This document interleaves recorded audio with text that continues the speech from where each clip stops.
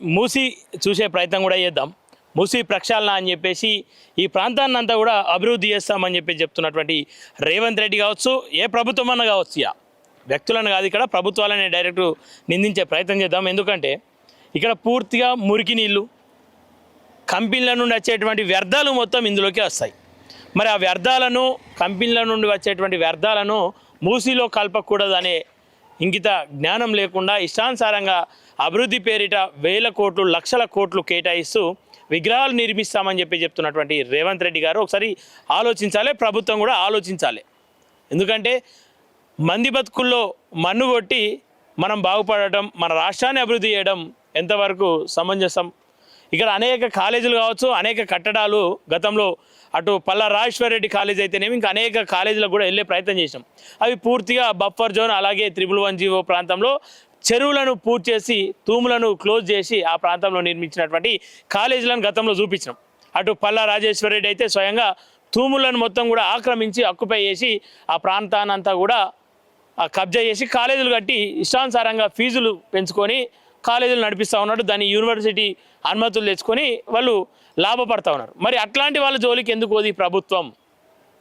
ఎందుకంటే పేదల ప్రభుత్వ భూముల్లో కట్టడాలు కట్టి పేద ప్రజల మీద ఫీజుల పేరిట ఇంకా అనేక డొనేషన్ల పేరిట వసూలు చేస్తూ దోస్తున్నటువంటి దొంగల జోలికి ఎందుకు పోవట్లేదు ఈ ప్రభుత్వం?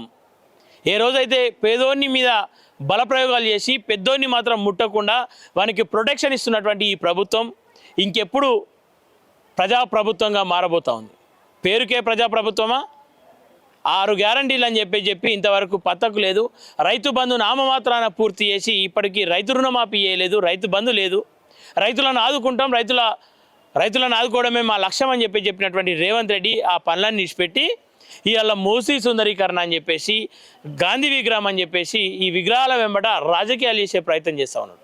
సరే, విగ్రహాలు నిర్మించాలి, అది జీవం లేనటువంటి విగ్రహాల కోసం జీవాలను తీసి ఆ విగ్రహాలు కట్టి ఎవరిని మెప్పు కోరడం కోసమో ఒకసారి ప్రభుత్వం కూడా ఆలోచించాలి. ఇక ప్రభుత్వం కేవలం తాత్కాలికం కాదు, మళ్ళీ అధికారంలోకి రావాలని చెప్పేసి అంటే మళ్ళీ ఓట్లు వేయాల్సింది ఇదే ప్రజలు. సో ఒకసారి మాట్లాడే ప్రయత్నం చేద్దాం. మనతో పాటు సూర్య కూడా ఉన్నాడు. నమస్తే సూర్యభాయ్. నమస్తేనా. ఏం నడుస్తూ ఉంది? ప్రజాపాలన పేరిట ప్రజలను దోచి ప్రభుత్వం కట్టలు కట్టుకునే ప్రయత్నం చేస్తూ ఉంది. ఎట్లా చూడొచ్చు ఈ ప్రభుత్వాన్ని? ఇది దోపిడీ పాలనే, ప్రజాపాలన ఏం కాదు. చంద్రబాబు కన్నా, కేసీఆర్ కన్నా రేవంత్ రెడ్డి చాలా దుర్మార్గంగా ప్రవర్తిస్తూ ఉన్నాడు, వాళ్ళ అనుచరుల లెక్క ప్రవర్తిస్తూ ఉన్నాడు. ఎందుకంటే మనం చూస్తే ఈ మూసీ నది అసలు దీన్ని ఎవరన్నా నది అంటారా? గతం లోపల చంద్రబాబు కంటే ముందు మూసీ నది కాదు, మురికి నదిలా క్లియర్ కాలువ లెక్కనే ఉన్నది అది. మురికి కాలువను ఫస్ట్ మన ఇంట్లో కానీ బయట కానీ మనం శుభ్రం చేయదలుచుకుంటే మనము ఇంట్లో కింద బురద అయింది అనుకున్నా, దాని మీదకి వెళ్ళి పెయింట్ వేస్తామా అన్న, అస్తరకాడి సిమెంట్ వేస్తామా? ఊడుస్తాం కదా ముందుగాల, ఊడుస్తాము, కడుగుతాము. అంటే ప్యూరిఫై చేయాలి ముందుగాల. ఇంటర్నల్గా సెడిమెంట్ను కావచ్చు, 3 ఫీట్ల లోతు రేడియో యాక్టివ్ మెటీరియల్ ఉంది అని చెప్పి గతం రిపోర్ట్స్ ఉన్నాయి, 30 ఏళ్ళ కిందటి రిపోర్ట్స్ ఉన్నాయి. అరే కంప్లీట్గా లోపల pharmaceutical wastage, chemical wastage, biochemical wastage మొత్తం కూడా ఇందులోనే కలుస్తుంది కదా.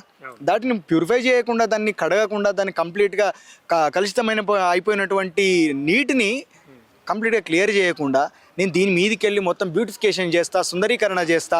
దాంట్లో భాగంగా ఇక్కడ మీ గాంధీ అంటే ఎవరో తెలియదు, భారతదేశంలో ప్రపంచవ్యాప్తంగా ఎవరో తెలియదు, తెలంగాణ అసలు గాంధీ పేరే తెలియదు. కాబట్టి నేను గాంధీ విగ్రహం పెద్దది పెడతా, ఇక్కడ మొత్తం గాంధీ సరోవర్ ప్రాజెక్టు కడతా అని చెప్పి ఈ విధంగా ఒక 5,000 ప్రాజెక్టు నువ్వు తీసుకొని వచ్చి ప్రజల్ని మభ్యపెట్టడము, దోపిడీ చేయడం అనేది కరెక్ట్ కదా. ఎందుకంటే దోపిడీ, మభ్యపెట్టడం అనేది మాట ఎందుకు వాడాల్సి వస్తుందంటే కంప్లీట్గా గాంధీ సరోవర్ ప్రాజెక్టు కోసం ఈరోజు 200 ఎకరాల భూమిని ల్యాండ్ అక్విజిషన్ యాక్ట్ కింద తీసుకుంటా ఉన్నారు. ప్రభుత్వం అక్వైజ్ చేస్తూ ఉన్నది. చేసిన తర్వాత ఏంది, ప్రభుత్వం అక్వైజ్ చేస్తే రెగ్యులరైజ్ చేసుకునేది Revanth Reddy and co and real estate company మొత్తం వాళ్ళే కొనుక్కుంటారు. వాళ్ళు మళ్ళీ ప్రభుత్వానికి ఇవ్వడం, ఇక్కడ మేము ప్రాజెక్ట్ ఇక్కడ దాని చుట్టూరంగా ఉన్నటువంటి భూములను కొనడం, దాని తద్వారా రియల్ ఎస్టేట్ వ్యాపారం చేయడం కోసం ఈ విధంగా వాళ్ళు అంటే అభివృద్ధి చేస్తూ ఉంటే కాళ్ళల్లో కట్టెలు పెడతా ఉన్నారని చెప్పేసి ఒక మాటలు మాట్లాడుతూ ఉన్నాడు రేవంత్ రెడ్డి. అలాగే నిన్న కూడా ఒక గ్రామాన్ని లేపేసే ప్రయత్నం చేస్తూ ఉన్నారు. వీటన్నిటిని చూస్తూ ఉంటే ఏమనిపిస్తూ ఉంది ఒక యువకునిగా, ఒక విప్లవకారునిగా? బతుకున్న మనిషి గుండెని తీసి సచిన శవానికి పెట్టి బతికిస్తా అనేటట్టే ఉన్నది ఇది. ఎందుకంటే కంప్లీట్గా ఇక్కడ ఉన్నటువంటి వాళ్ళకు అనుమతులు, వాళ్ళు అపార్ట్మెంట్స్ కట్టుకోవడానికి, ఇండ్లు కట్టుకోవడానికి గతం లోపట వాళ్ళకి ఎల్ఆర్ఎస్ ఇచ్చింది ఎవరు, కరెంటు మీటర్లు పెట్టింది ఎవరు, వాళ్ళకి ఇంటి పన్ను విధించింది ఎవరు, వాళ్ళందరికీ కూడా అనుమతులు ఇచ్చింది ఎవరు? ప్రభుత్వాలు కాదా? ఆ ప్రభుత్వాలే ఇచ్చి ఈరోజు అందరు ఇప్పుడు ఈ ఒక్క అపార్ట్మెంట్స్ను మనం ఉదాహరణ తీసుకుంటే దగ్గర 400 కుటుంబాలు, అందులో కంప్లీట్గా మెజారిటీ ప్రజలందరూ కూడా ఎక్స్ సర్వీస్ మెన్స్, ఆర్మీలో పనిచేసినటువంటి, ఈ దేశం కోసం ప్రాణాలను త్యాగం చేయడానికి సిద్ధపడ్డటువంటి సైనికుల లోపల పనిచేసినటువంటి వాళ్ళు ఉన్నారు. వాళ్ళ మీద జాతి మీద ఏమాత్రం గౌరవం ఉన్నా, వాళ్ళ మీద ఏమాత్రం గౌరవం ఉందా, ఆర్మీ మీద ఏమాత్రం గౌరవం ఉన్నా రేవంత్ రెడ్డి ఇట్లాంటి పని చేయడు. వీటన్నిటిని చూసినప్పుడు ఏంటంటే ఇక్కడ ప్రజల మీద రేవంత్ రెడ్డికి కానీ ఏ ప్రభుత్వానికి కానీ ప్రేమ లేదు. కంప్లీట్గా ఈ ప్రభుత్వాన్ని అడ్డం పెట్టుకొని, అధికారాన్ని అడ్డం పెట్టుకొని తరాలకు సరిపోయే విధమైనటువంటి ఆస్తులను ఏ విధంగా సంపాదించుకోవాలన్నటువంటి అభిలాష, ఆకాంక్ష, అధికారాన్ని నిలబెట్టుకోవాలి, ఆధిపత్యం చేయాలన్నటువంటి అహంకారం తప్పించి ఇందులో ఇంకోట్లేదు. గతంలో బట్ట కేసీఆర్ ఘటన చేసిండు, అంతకు మించి రేవంత్ రెడ్డి ఈరోజు అట్లా చేస్తా ఉన్నాడు. ఎందుకంటే మనం చూసినామన్న గతంలో బట్టనే మీరు ఇప్పటిదాకా చెప్పినట్టు మొత్తం సిటీ ఆఫ్ లేక్స్ అన్నారు హైదరాబాద్ని. అప్పుడు పోంగ వాటిని మొత్తం నాశనం కాగా ఎవడు పట్టించుకోలేదు. కానీ ఇవాళ కొత్తగా FTAలు బఫర్ జోన్ అని చెప్పి పేదల ఇండ్లను కూల్చేసారు. పట్నం మహేందర్ రెడ్డి ఫామ్ హౌస్ను కూలగొట్టలేదు, మన పల్లరాజేశ్వర రెడ్డిది కూలగొట్టలేదు, KTRది కూలగొట్టలేదు. అందరి మీద ఆరోపణలు చేశారు కదా రాజకీయ నాయకుల మీద. అలా బీజేపీ వాళ్ళు ఉన్నారు, కాంగ్రెస్ వాళ్ళు ఉన్నారు, బీఆర్ఎస్ వాళ్ళు ఉన్నారు, మంత్రులు, ఎమ్మెల్యేలు కూడా ఉన్నారు కదా. మరి వాళ్ళందరూ ఇండ్లు ఎవరినైనా కూలగొట్టిరా అన్న? ఒక్క మనిషిది కూడా కూలగొట్టలేదు, ఒక్క ఎమ్మెల్యేది, ఒక్క మంత్రిది కూడా కూలగొట్టలేదు. కాకపోతే పేదల ఇండ్లు, పాకలు, గుడిసెలు, రేకుల చెట్లు మాత్రం మొత్తం బుల్డోజర్లు పెట్టి మొత్తం కూల్చేసినటువంటి పరిస్థితి. ఎవరు అడగరా? ఈ మొత్తం రేవంత్ రెడ్డి పరిపాలన పైన నిన్న ఒక పాట పాడిరు, అది కూడా వైరల్ అవుతుంది.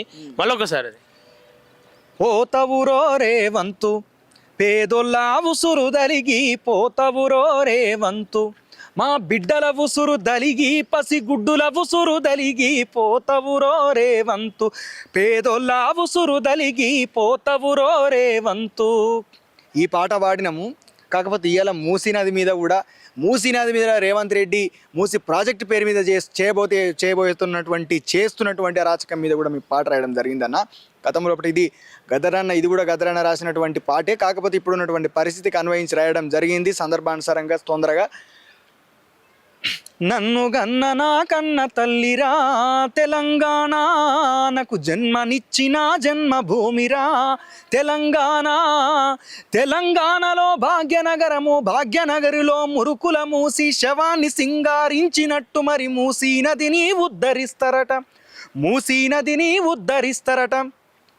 అరే సుందరీకరణ పేరుతో బతుకుల బొందబెట్టుతుండ్రో మాయన్నల్లారా, మాయన్నల్లారా. సుందరీకరణ పేరుతో బతుకుల బొందబెట్టుతుండ్రో మాయన్నల్లారా, మాయన్నల్లారా. నన్ను గన్న నా కన్న తల్లిరా తెలంగాణ, నాకు జన్మనిచ్చిన జన్మభూమిరా తెలంగాణను తెర్లు చేసిన చంద్రబాబు గడు కేసీఆర్ దొర తెలంగాణను నిండముంచరా బుడ్డిదేలెరా.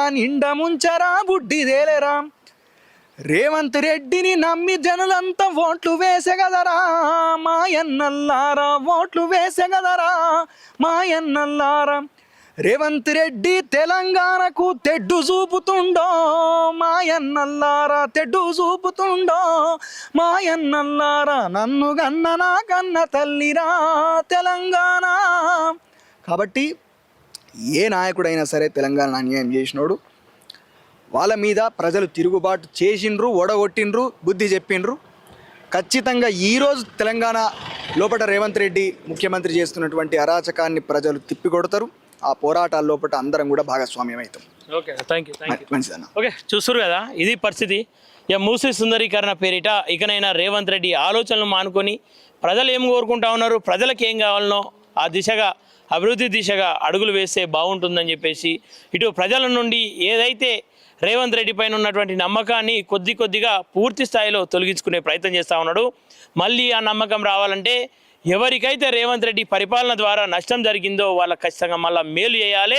ఏవైతే గ్రామాలను తొలగిస్తూ ఉన్నాడో, ఏవైతే ఇండ్లను కూల్చేస్తూ ఉన్నాడో, ఏవైతే పోలీసులను అడ్డం పెట్టుకొని ఇష్టానుసారంగా రాజకీయం చేసే ప్రయత్నం చేస్తూ ఉన్నారో అవన్నీ మానుకొని తక్షణమే క్షమాపణలు చెప్పి ఖచ్చితంగా మళ్ళీ ప్రజలకు నా వల్ల నష్టం జరగబోదు, క్షమించండి అని చెప్తే తప్ప మళ్ళీ అధికారంలోకి వచ్చేటువంటి అవకాశం 100% లేదని చెప్పేసి చెప్తా ఉన్నాం.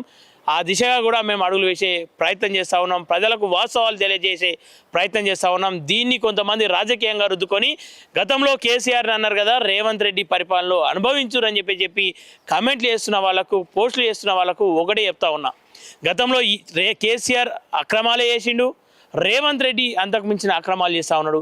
గతంలో కేసీఆర్ అక్రమాలను బయటపెట్టే ప్రయత్నం చేసాం, ప్రస్తుతం రేవంత్ రెడ్డి అక్రమాలను బయటపెట్టే ప్రయత్నం చేస్తాం. రేపు ఇంకొక వ్యక్తి వచ్చిన అక్రమాలు చేస్తే ఖచ్చితంగా వాటిని ప్రశ్నించే ప్రయత్నం చేస్తాం.